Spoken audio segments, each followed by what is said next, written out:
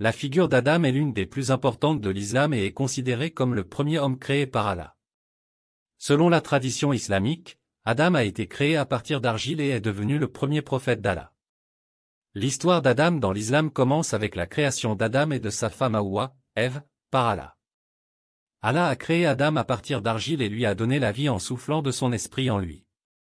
Adam a ensuite été placé dans le jardin d'Éden et on lui a ordonné de vivre en paix et en harmonie avec la nature et les autres créatures d'Allah. Cependant, Allah a mis à l'épreuve Adam en lui interdisant de manger les fruits d'un arbre particulier dans le jardin.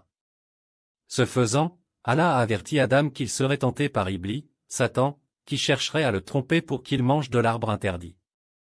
Iblis, qui était l'un des djinns, une créature créée par Allah à partir du feu, avait été banni du ciel pour avoir désobéi à Allah.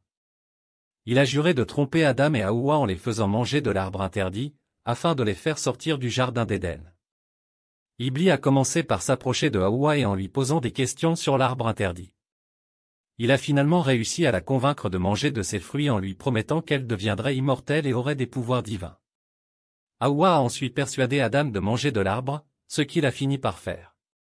Après avoir mangé de l'arbre, Adam et Hawa ont immédiatement réalisé leur erreur et ont ressenti une honte immense.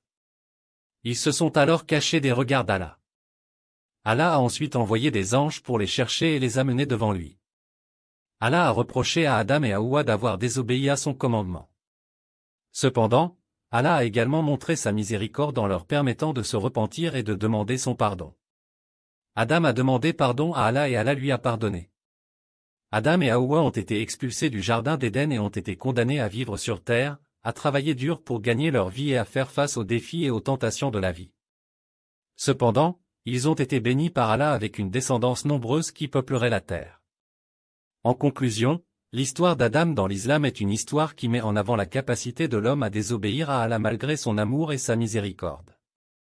Elle souligne également l'importance du repentir et du pardon d'Allah pour tous ceux qui se repentent sincèrement de leurs péchés. Dans le Coran, Allah leur a alors envoyé des indications pour les guider dans leur vie sur terre. Adam et Ève ont été pardonnés pour leurs péchés et ont reçu la promesse que s'ils se repentent sincèrement et suivent les commandements divins, ils pourront retourner à l'état béni de l'au-delà. Cet événement est décrit dans plusieurs versets du Coran, notamment dans la sourate Al-Baqarah, verset 35. Nous avons dit, descendez d'ici, tous. Lorsque vous recevrez de moi une guidance, ceux qui la suivront n'auront rien à craindre, et ils ne seront point affligés.